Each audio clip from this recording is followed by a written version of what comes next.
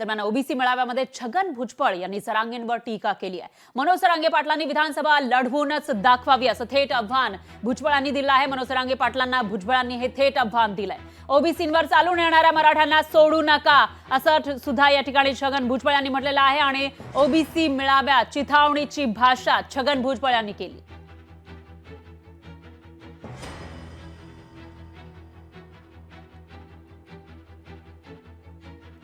आम्ही 288 उमेदवार उभे करू।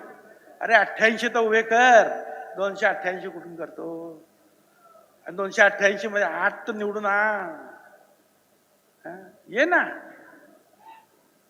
मैदानात ये, निवडणुका लढाव, हिम्मत असेल तर लढाव निवडणूक। चॅलेंज आहे माझं, 288 उमेदवार उभे करून दाखव। आमच्या नावाने शंख फोडतायत, आम्ही शांत आहोत, कायद्याप्रमाणे चालणार आहोत। उगीच उठ सूट वाटेल ते बोलणार नाही।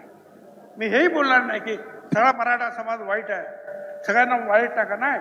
पण जो जो ओबीसीच्या जीवावर उठला त्याला मात्र तुम्ही अजिबात सोडू नका, एवढंच मला तुम्हाला सांगणार।